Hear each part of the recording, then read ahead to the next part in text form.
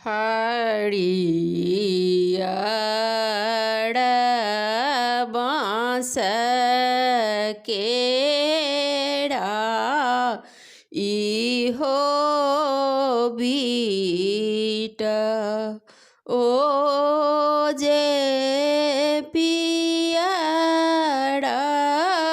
को पड़ छोड़ू हे ओ जे पियर को पड़ छोड़ू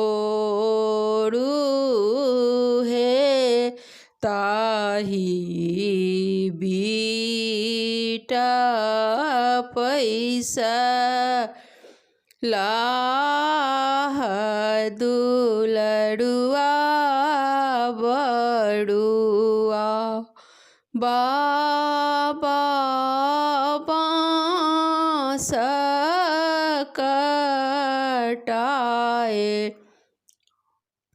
दिया हे बाबा बाँस कटाए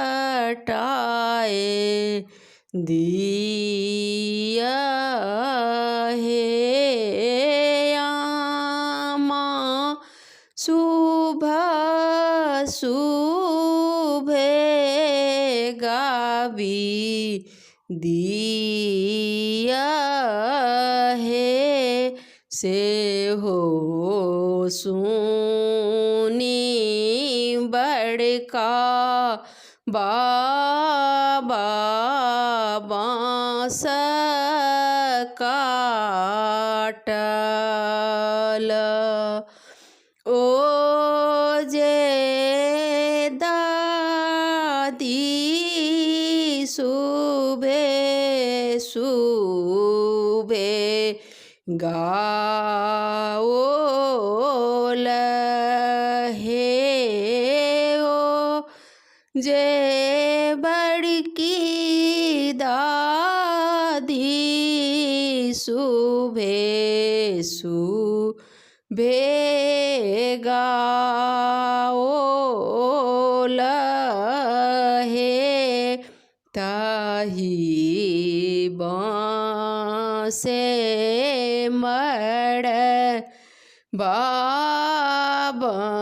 बाबन्हाए गेला ओ जे बड़ुआ के आशीष देल हे ओ जे बड़ुआ के आशीष देल हे।